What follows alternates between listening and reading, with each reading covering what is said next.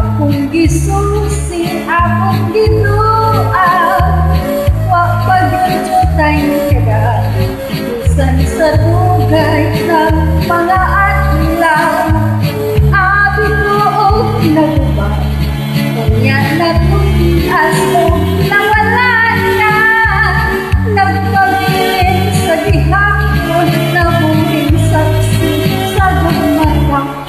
Dito matawo ang atong ugma, nagibalaan.